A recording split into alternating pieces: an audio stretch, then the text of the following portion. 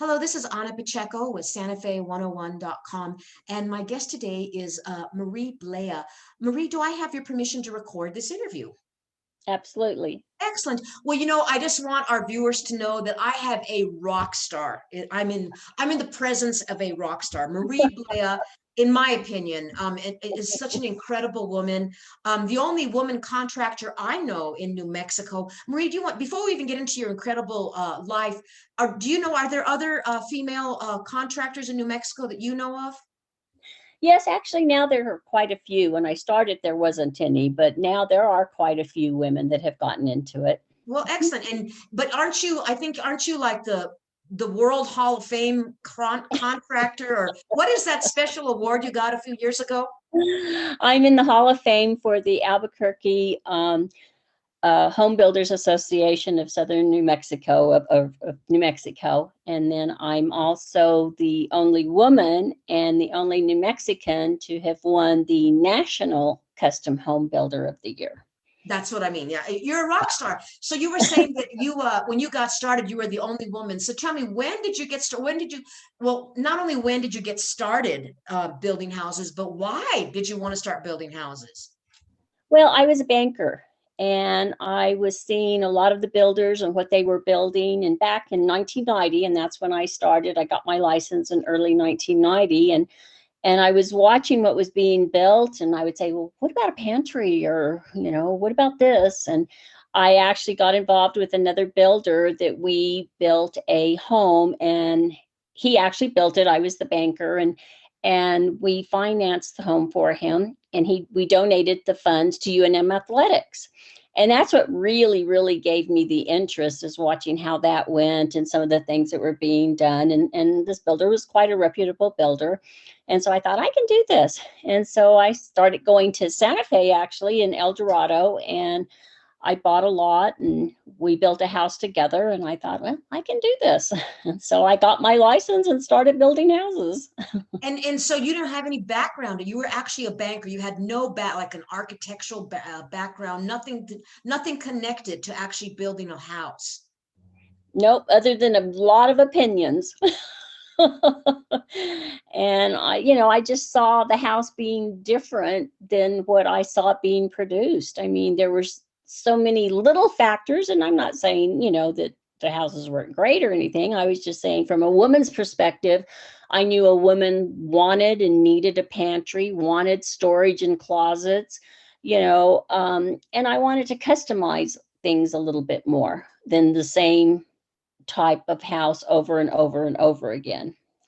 So you built your first house in El Dorado, which is 8 miles outside of Santa Fe. It's kind of like a bedroom community of El Dorado of Santa Fe. When I was growing up here, El Dorado did not exist. I had friends who lived in Gallusdale, and I'd go out to see them, and there was nothing but open fields. So that was 45 years ago, but that's what was going on then. So your first home was out there. Tell me a little bit from 1990, like how, let me know about the natural progression. What happened after that? Well, of course, back then it was like going crazy. There was not enough homes for the people that needed it. It was really, really busy. I'd pour a slab in and be like, oh, everybody call me. This is easy. And so I built, probably over the 7-8 years I was out there, probably around 30 houses in El Dorado. And then I migrated into Albuquerque, into a subdivision, and got into a little bit bigger homes. And then eventually I thought building a 3,000 square foot house was a mansion. And I went up from there, and over the years now, I've built as many as, as big as 18,000 square foot. I've built clubhouses. And so the progression, just, they got bigger and more. And then I learned I couldn't build 12 houses at a time if they were big. But, it's really been a good career for me, and I've enjoyed it. I love doing it. But now, 2008 kind of hit, and it slowed everybody down, put me completely slowed down, which it did to all the custom builders in Albuquerque.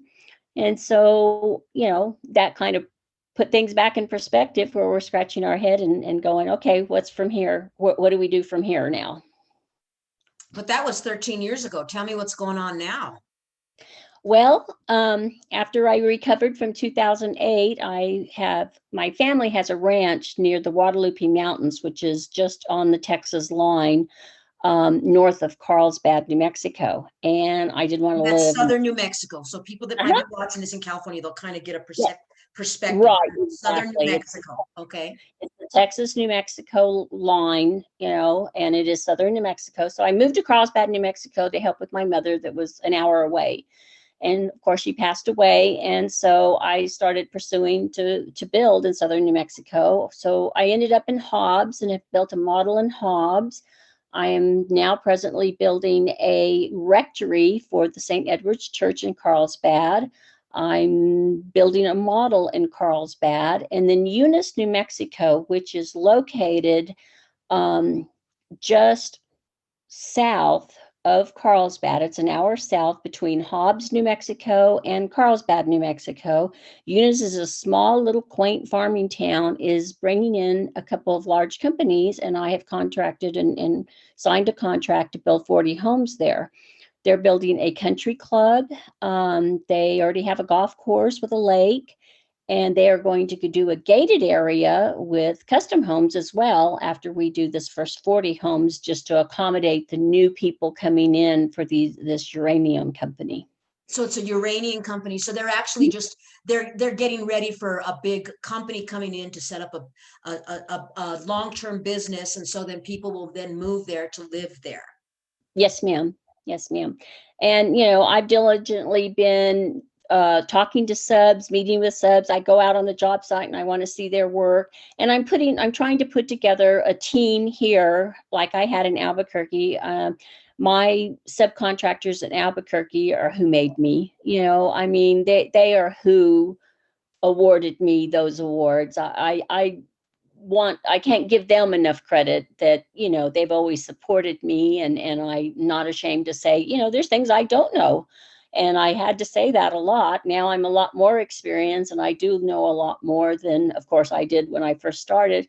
But I'm putting together subcontractors here, and they know, I want you to take care of my customers. It's not just building the house, it's what happens after you build the house too.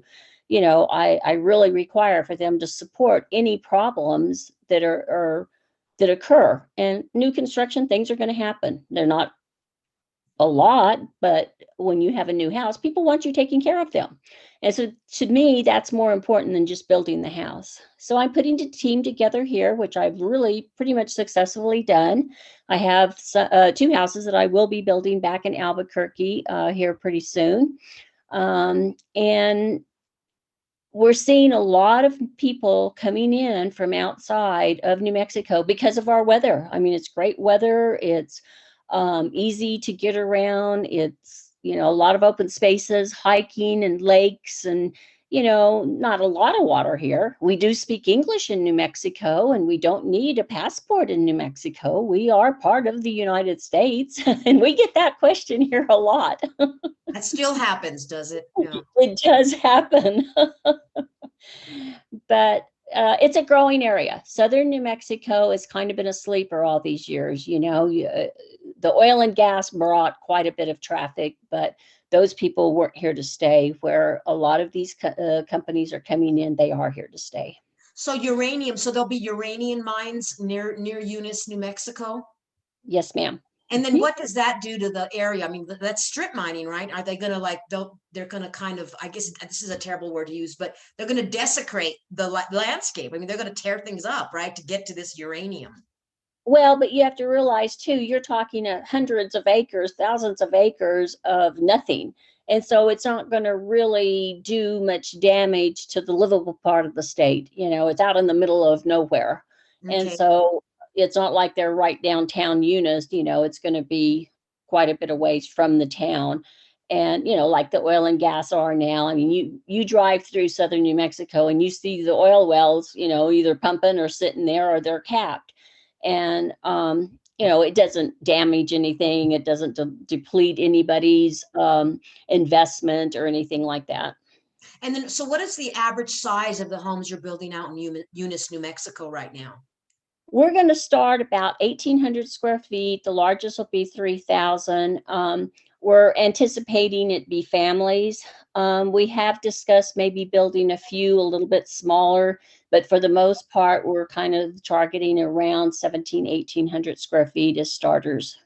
And then what is the average cost to build a house out in southern New Mexico, like square footage? Well, right now, as everybody knows or should know, I mean, cost of materials have gone up 60% in the last 6 months. I mean, everything is very, very expensive right now. And so we're saying that we can probably build something for about $150, $160 a foot. And right now that's at the high end. The good part about that is being in a rural area like this, one, the city is supplying all the utilities, so you're not talking any wells or septic, which even in the cities, Albuquerque and Santa Fe, a lot of times you have to put a well and septic. That will all be taken care of.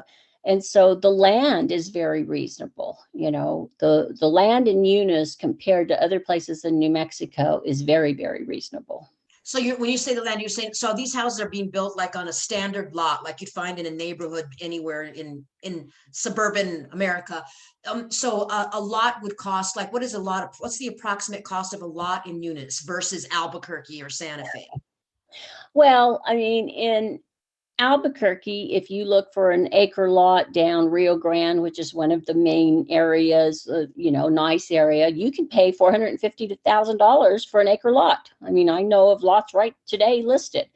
For just a lot that's not an acre, you can pay $250,000. You can pay $150,000. It just depends on the area of Albuquerque and how big the lot is. But, an acre lot there is very easily $200,000 and up. Eunice, what they're doing is an acre lot. You can get an acre lot for $75,000, and the lots that the city are going to provide they're looking at between $30,000 and $40,000 for the lot, and that's with all the utilities as well. So probably for about 250,000, you could get an 1,800 square foot house. About 250,000, you think? We're going to try to keep it under 300,000, just to test the waters to see, and it's also going to depend on the people and what the amenities they want. If they come in and they want granite everywhere and wood floors and, then of course the price goes up. But a standard home with nice amenities, good insulation, good stucco, is going to run them between 250 and 300. Okay, well, that's still reasonable. So let me just get back to your when you were talking about subcontractors. So a subcontractor would be everybody that's actually going to put the house together. Is that correct? Yes. And then what about the architects? I mean, you're not an architect, so you work with architects. So would an architect be considered a subcontractor? Yes, and I really, and this is, I need to say this nicely. For a home, you don't need a true architect. An architect is mainly used in commercial designs. An architect for a home like this, that's very expensive. A designer, a good designer, home designer, and there's many of them out there that just design homes, are the affordable way to go. And a lot of times, and nothing against architects, but they're trained more on the commercial airlines and schools and that type of thing. So they don't have the creativity that I look for in all the architects I've used. And it's not to offend them in any way, but they're more commercial, straight line, commercial geared. Where so a home designer is something different than an architect. I never knew that. Okay. Yeah. Now you're working on it. I'm sorry, go ahead. I said, and a lot of people don't know that there are designers out there. And a lot of them have a degree in architecture. I mean, some of them do, some of them don't. That's the difference. And then you're working on a chapel at St. Edward's Church right now. Do you use an architect for that? We're doing the rectory, and the rectory means house. And so, yes, they did use an architect, and we've had to go back through and residentialize it. I mean, they had toilets just hanging on the wall, sinks just hanging on the wall, but this is a true house. It is a house. And so that's a good example of what I'm saying is we got these plans and they were very well designed and, all of that, but it was geared for a bathroom that you find in an airport. Well, that's not what you want to live with every day. I see. There's no pedestal toilet, for example. There's no pedestal sink that's just hanging on the wall.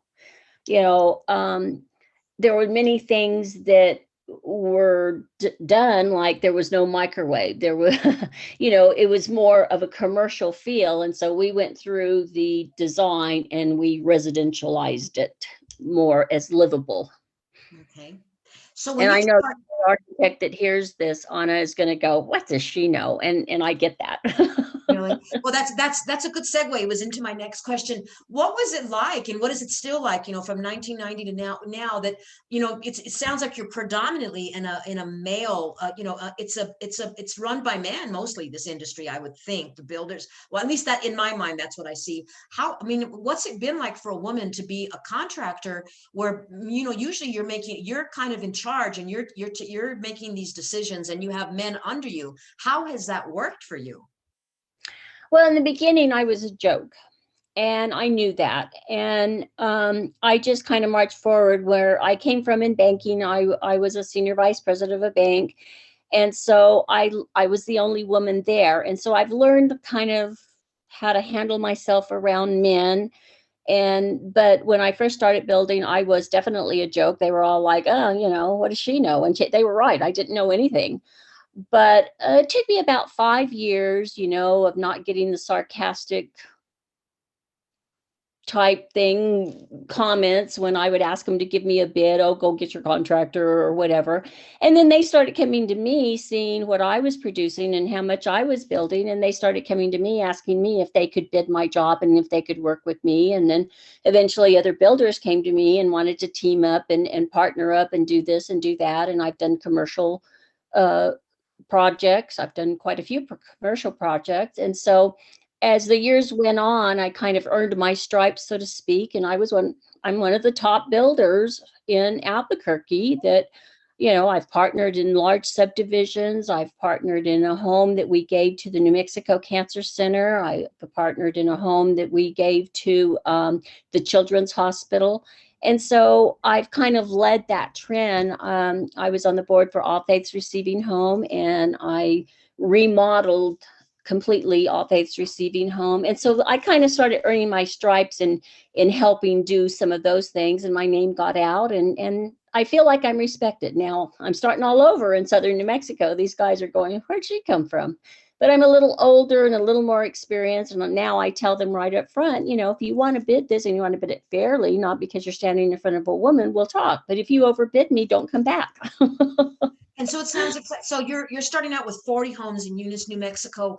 Do you anticipate it being morphing into a larger project? Yes, I see that. And that's basically what happens. That's what happened to me in El Dorado. I started out in small homes, 1,500, 1,700. And before I knew it, people see, I want to build quality. And that's always been important to me. Anybody can build a house. I'm convinced of that. Anybody can build a house. But to really build a quality home and stand behind your home, I think is a lot of builders' downfall.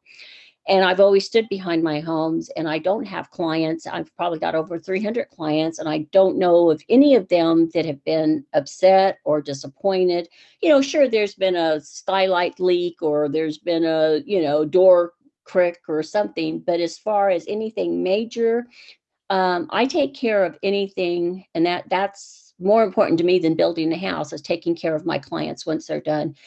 And that is, I think, more, again, I've said it already, but I think that's more important than anything. So, I'm starting all over in Eunice and Carlsbad, and they're having to get to know me, but I'm on different ground now than I was back then. And you mentioned before we did this interview that you said that building a house in Santa Fe, you finally just gave up on it. I mean, we're at the end of the interview, but quickly, people, of course, everybody wants to move to my hometown of Santa Fe. But tell me, what's it like? Why did you leave building? Why did you say, I'm not going to build houses in Santa Fe anymore? What was the reason for that? It's very, very difficult to get your permits in Santa Fe. I understand that the property taxes, I mean, we as builders have increased the property taxes in that poor town. And, you know, all the new construction has just inflated the market. And so getting a permit in the city of Santa Fe was almost impossible. And I think unless you're a local builder that has built there for 100 years, anybody that has ever tried to get permits in that town will tell you that. And so I just gave up. I mean, I tried and tried and tried, and finally, you know, it was this or that, or we need this or that, and it just wasn't worth it. The scrutiny that you go through in the city of Santa Fe, I don't know what town I'm in, you know, is just unbelievable. So they discourage you then. It's Right. isn't that? Oh yeah, I Well, won't try they again. want new growth. You think they want to continue growing the city. I mean, I know we're kind of running out of land and areas to build in here, but you would And think that's that they would welcome. What about apartment buildings? Have you ever done anything like that?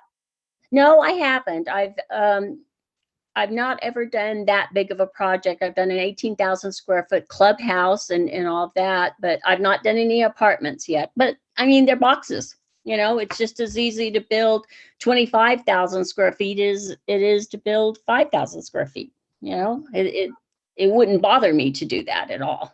Okay. Well, again, we are out of time on the interview. I think it's a pleasure. I had heard about you from a realtor in Southern New Mexico, and I said, a woman who builds house. So I'm glad you were able to do this interview. Is there anything you want to leave us with in terms of, so, people might be watching this, say in California or New York, and they're thinking of coming to New Mexico and they'd like to have a home built. They don't want to buy something.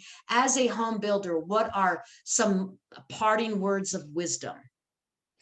You know, it can be a fun project. You get what you want. You know, when you buy a house and you go in going, I have to remodel it. Well, you know, you're going to put more money into it than you really need to.